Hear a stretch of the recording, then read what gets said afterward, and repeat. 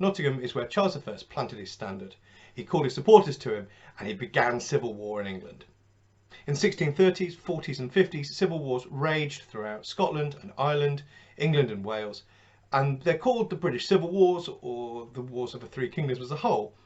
In England and Wales and in Scotland, the wars between the supporters of King Charles I and the English Parliament and those Scots who'd sworn a national covenant are called the English Civil War or Wars, but you might be more familiar with the Great Rebellion or the English Revolution. Whatever you want to call them, these wars were long, they were hard, and they were transformative for the people that fought them and the countries they were fought in.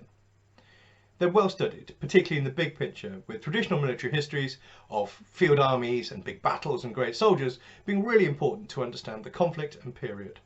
The county study, a close examination of the localities, normally the county, but also towns, regions, organisations, is developed something as a reaction and development from those traditional military histories.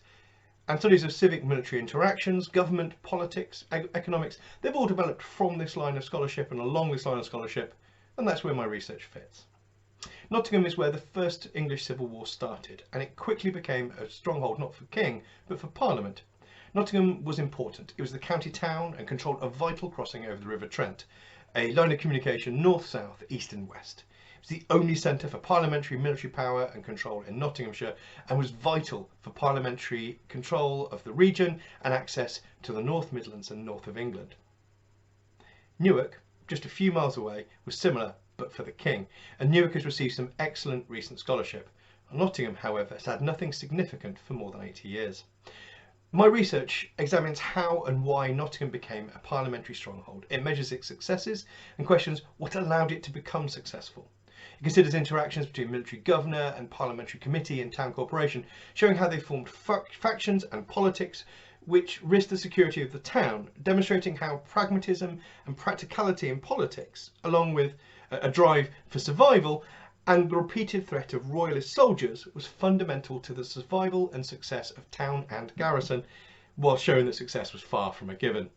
By offering a close study of a mid-sized garrison in a town and county which saw much military action, often at high tempo, with political and religious divides and factions causing division, distrust, disruption, well, my research provides both insight into an interesting place, interesting people and interesting events, but also provides a useful template and method for dealing with studies of other mid and large garrison towns, particularly parliamentary garrisons elsewhere in the country.